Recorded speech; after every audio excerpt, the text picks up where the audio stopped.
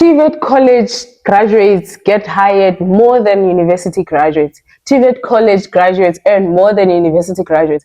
There's a myth that you're going to hear at least twice in a year, especially in South Africa. And today we want to debunk that. It's a myth that is not backed by any data, let alone any research. Welcome to yet another episode of Career Biz Mzansi, a platform where we talk everything careers, entrepreneurship, and overall self-development. I'm your host, Ribotile, an engineer who is curious in turning corporate experiences into conversations about career growth and business leadership. So why exactly do we hear of this myth that TVET graduates earn more than university graduates? It happens quite often. Surely you've seen it before on social media. If you haven't, probably are going to see it. So why exactly does this happen? I don't know why people say it, because it is not backed by any data or any research. But my feelings is maybe it is biases. Because for an example, in fact, statistics, or rather research from Statistics South Africa, dictate otherwise. It says the higher levels of your education go up, or the more you study further, the more likelihood of being employed or being employable. So the numbers from Stats South Africa actually suggest otherwise. But irrespective of the numbers suggesting otherwise, the myth that TVET college graduates get hired at a faster rate than university graduates still persists. So I think also maybe there's a misunderstanding of the institution or the numbers and what they mean. And in this video, I just wanna take a look at that. So before I go any further, remember to subscribe. We are trying to grow this channel. We are on a road to 100 subscribers, and just get your friends and people who like content around careers, pivoting, salary transparency, career growth, and everything personal development. You can get them to subscribe so that we grow together as a family. So let's get into it. So before I even go any further, there is no institution that is better than the other. Each institution has a role to play in society. So universities have a role that they are playing and they are meant to be playing. Meanwhile, TVET colleges have a role to play and they must play that role. We just need to get that out of the way. So one could ask, for an example, what's the difference between TVET and university? So TVET colleges, they provide hands-on practical skills that are related to a specific job. So it could be plumbing, it could be electrician, boiler making, etc. Meanwhile, university usually provides degrees which are usually centered around the theoretical understanding of subject matters rather than the hands-on skills. In engineering, for an example, it is more focused on problem solving and equipping the students with problem solving skills rather than a specific skill like welding. So instead of you becoming a welder from university, you become somebody who understands how welding works, which material to weld, where to weld, why you should not be welding rubber, for an example, and stuff like that. So that's why it is important that the two coexist. They can coexist, they must coexist. There is no either that is better than the other. However, fairly so, there is a vast difference between the two. One might be more rewarding more than the other, but they both have a role to play in society. TVET in itself, for an example, stands for Technical and Vocational Education and Training. So in the wording itself, it is self-explanatory, it is skills-based, it is focused on equipping you with immediate skills to be ready for a job, probably within the next 3 months, 6 months, etc. Hence, the N courses, the NATED courses, they happen per trimester. Each 3 months you are on to something, either N1, N2, N3. But the whole idea behind TVET, it was to equip people with immediate skills to become something. TVET college graduates fairly so because they have a specific skill that they are working away with. They are more equipped to also start their own businesses. For an example, if they told you how to do plumbing and you haven't found a job, you have started your own small plumbing company.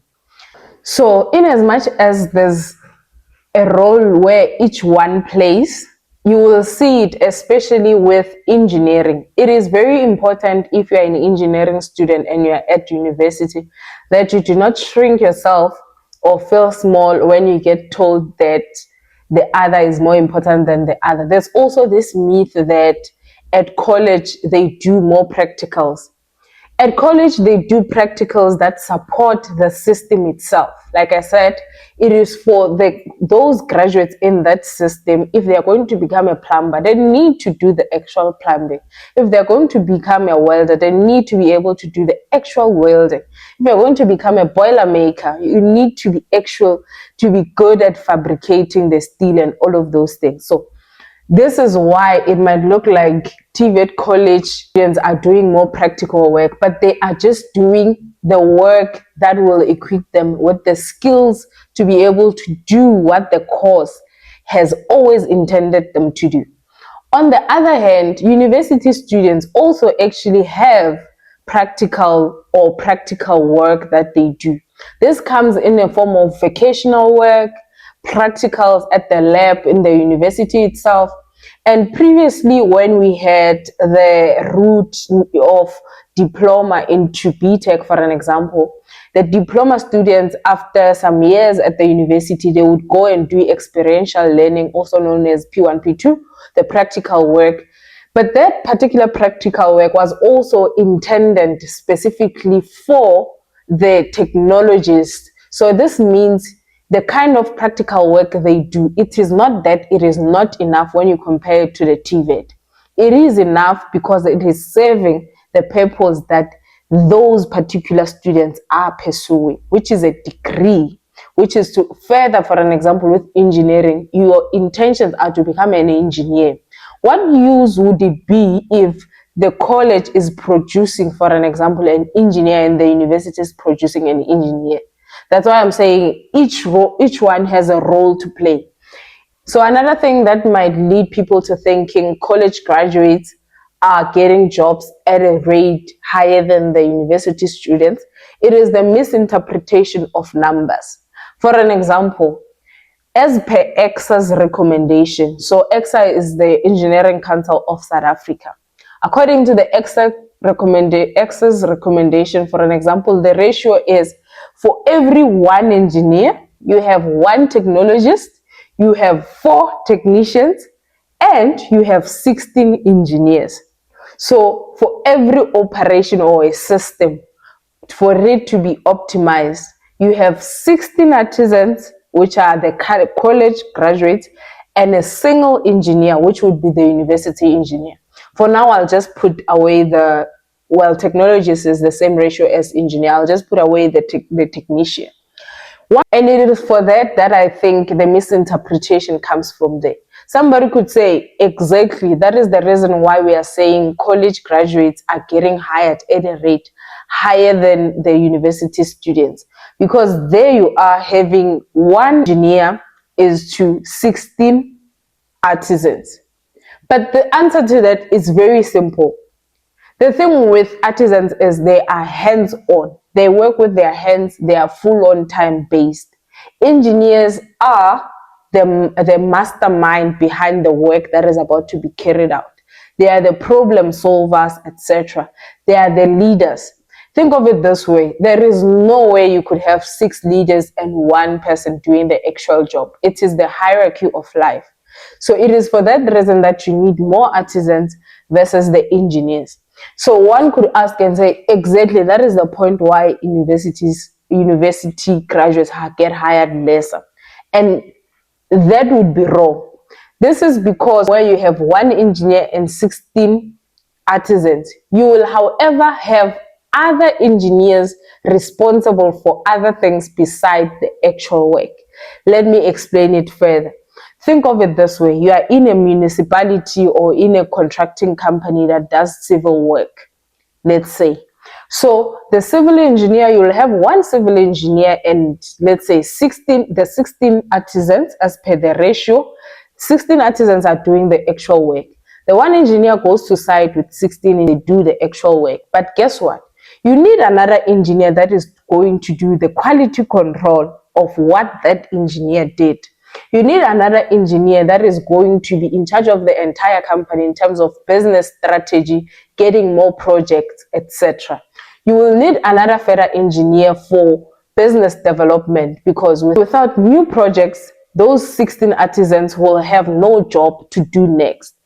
Further to that, you need another engineer for the costing, so that they estimate properly how much the job is going to do to go and bid for that tender that is out there. So engineers are involved at different stages of the system in different capacities, because the core of engineering is being a problem solver. So you have one engineer doing the actual job related to civil, together with the 16 artisans. However, the entire company, for it to thrive, it needs further engineers in different spectrums of it, be it business development, bidding and costing, quality control, even management. So engineers by nature, because they are problem solvers, they go on to pivot into different directions, versus the artisans, where more often they hit the ceiling as far as forming. So for you as an artisan to go further, you would need further training, rerouting or pivoting, or going further, because it's not that it's impossible, it's just you will need a bit more work, because in nature, the course that you had done at the TVET, it was to equip you with immediate skills. So for you to go further in terms of growth, you would need to take further steps. For an example, from TVET, you can actually go on to get your national diploma, which can grant you access into a university, and then you go on to be or do whatever that you want. So it is for that reason that people are misinterpreting these numbers and what engineers do. Hence, it might look like, oh, 16 artisans, one engineer. You know the numbers. That is why I'm saying it is a misunderstanding, and it is very important that we debunk this myth. So why exactly do the content for a college artisan differ from the content of an engineer from the university? This is because the engineer focuses on problem solving, which is a bit long term, while it takes about 4 years, 3 years to get the degree, while the vocational or the TVET student focuses on the short term. They just want to get the skill, go and put it to practice, gain experience, come back and earn money, something like that. The engineer comes up with the solution, the artisan executes it. So in the simplest of form, I could give an everyday example of a tap, water tap. Let's say there's a tap at home that is leaking. Water tap is leaking. What exactly is the role of the engineer there? Engineer will be responsible for figuring out the why the tap is leaking. Are the pipes old? Is the pressure too much? Do we need to replace some parts of the tap? And supervises overall the process of fixing that to ensure that it does not reoccur. The role of the artisan would be changing the tap, replacing it with newer parts as per the recommendations from the engineer. The engineer also has to ensure that the artisan has done the job to the satisfactory point whereby it will not reoccur. These are very two different roles that they are playing, but they're equally important, because if you only bring in the artisan, he might not know how to fix it, or due to muscle memory and experience, they might know how to fix it, only to find that the problem today isn't similar to the one they had fixed years back. So it is for that reason that you need the expertise of the engineer to come and assess, and so that they remedy or they bring the correct remedy for the situation. Also, this myth that artisans earn more than engineers. I don't know. I don't know. The thing is, not even to say I don't know, actually it's a lie. It's a blatant lie. The differences in the pays or the salaries of an engineer versus an artisan lies in the similar way of the work that they are doing. So artisans, they get paid for their time. They need to be there, and they clock on the particular time to another time. They work those hours, they earn money. and more often they have to work overtime and they get paid for it. Don't get me wrong, it is a very rewarding and it can be fulfilling for people who are very passionate about solving things, being hands-on and everything like that. So it can be very rewarding. But equally, engineers or being an engineer can be just as rewarding. While artisans get paid for their time, to say they came, took 4 hours to fix the tap, on the contrary, engineers can get paid for what they know, not how long they take solving the issue. So going back to the example about running a company that does civil work, the artisan will be there from the start of the project to the finishing, where they lay every brick, they lay every pipe, they lay whatever, they do the actual work. If they work 4 hours and they earn 100 rands per hour, they get their 400 rand, and that is that. So if they work overtime, they're going to get compensated for it. It can be very rewarding, etc. Meanwhile, the engineers, because they do not get paid necessarily for their time, but for their knowledge and their contribution. So how this is done is, an engineer, for an example, can just work out the layout to say they are going to build from there to there, the piping will go from there to there, and it could take an hour. They are not going to get paid for only an hour. Their signature to approve the building, for an example, could be as much as 500k, just one approval for one building. So it is for that reason that I'm saying they're getting paid for their knowledge and not their time. The artisan will only reap as far as they have built that building and they were present for that building. Meanwhile, the engineer will just approve, do the work of approving, and that call it a day. So each one has its pros and cons, but each one, I think, there is fairly rewarded. But to say engineers get paid more than artisans, really, man, it's a myth. Because also think about it, the artisan is reporting to the engineer almost in every other case. Do you think someone will be happily signing an offer so that you earn more than them? Like, honestly speaking, I don't think so. I think the takeaways from this is each one has a role to play in society, as I've said it so many times already, and that should be the takeaway from this. But most importantly, you should learn not to take career advice from random people. Go and research it if it makes sense. And lastly, subscribe, because we have content like this coming up. And then before I close this episode, I just want to mention on the segment of plug of the week. So we have a series of engineering and mining careers coming up.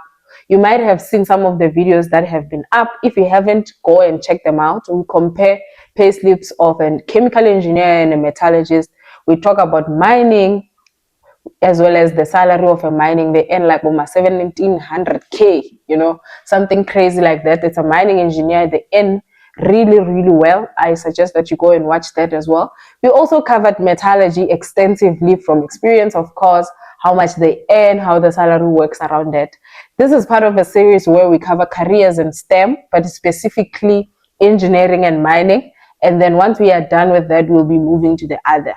Please comment down below what you think of today's episode.